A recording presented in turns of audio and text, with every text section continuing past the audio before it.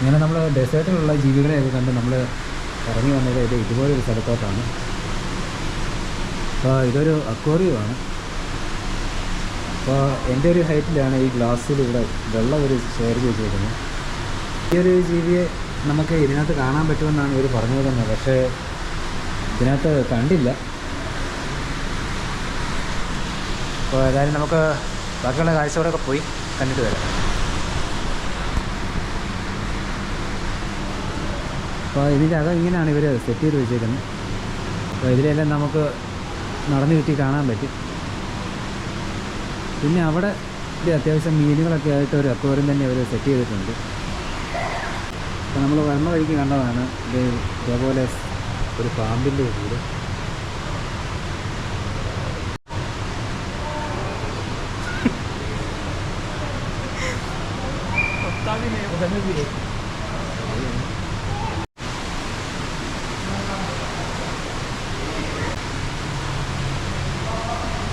അപ്പോൾ എൻ്റെ ഈ പുറകെ കണ്ട സ്ഥലത്ത് അത്യാവശ്യം ചെറിയ മീനുകളെയൊക്കെ അവർ അക്വേറിയത്തിൽ വളർത്തിയിട്ടുണ്ട്.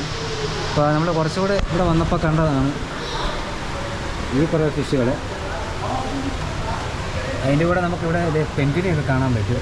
ആ സൈഡിൽ പെൻഗ്വിനൊക്കെ ഇരിപ്പുണ്ട്.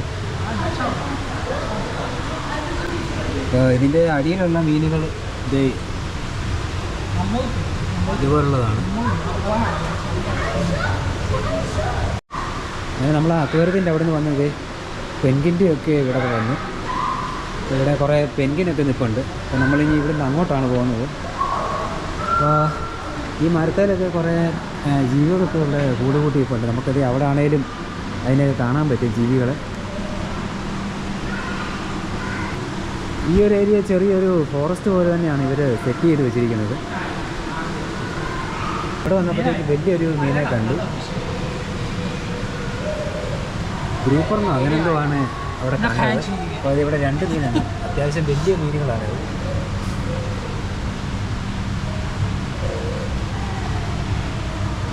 പിന്നെ അത് ഇതിൻ്റെ തന്നെ കുഞ്ഞുങ്ങളെ അവിടെ തന്നെ കാണാൻ പറ്റും.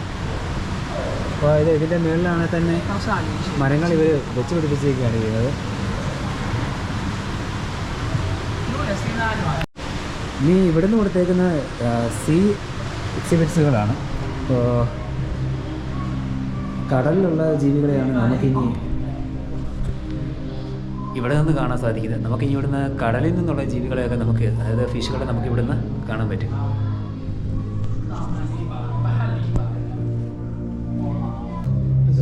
വെറൈറ്റി ഫിഷുകളാണ് ഇതൊക്കെ.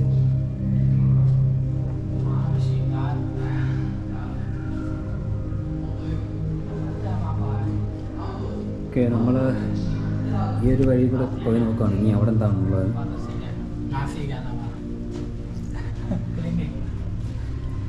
ചെറുതായിട്ട് ഒന്ന് വഴി തെറ്റിപ്പോയി. അത് ക്ലിനിക്കായിരുന്നു.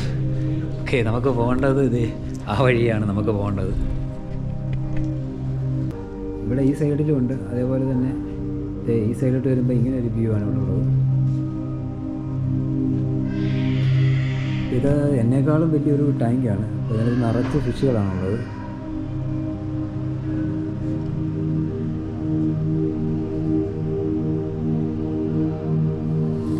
ഇപ്പം നമ്മൾ വീഡിയോക്കകത്തോട് കാണുമ്പോഴത്തേക്ക് ഇത് ഒറിജിനൽ അല്ലാത്ത പോലെ തോന്നും.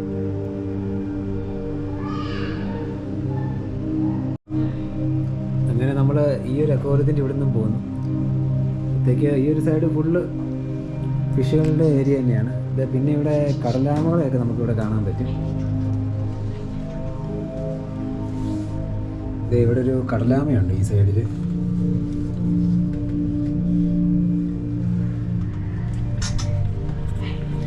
അപ്പോൾ നമുക്കാണെങ്കിൽ അക്വേറിയത്തിൻ്റെ ഈ സൈഡിൽ ഇങ്ങനെ കയറിയിരിക്കാനുള്ളൊരു സെറ്റപ്പ് ഇവർ കൊടുത്തിട്ടുണ്ട്.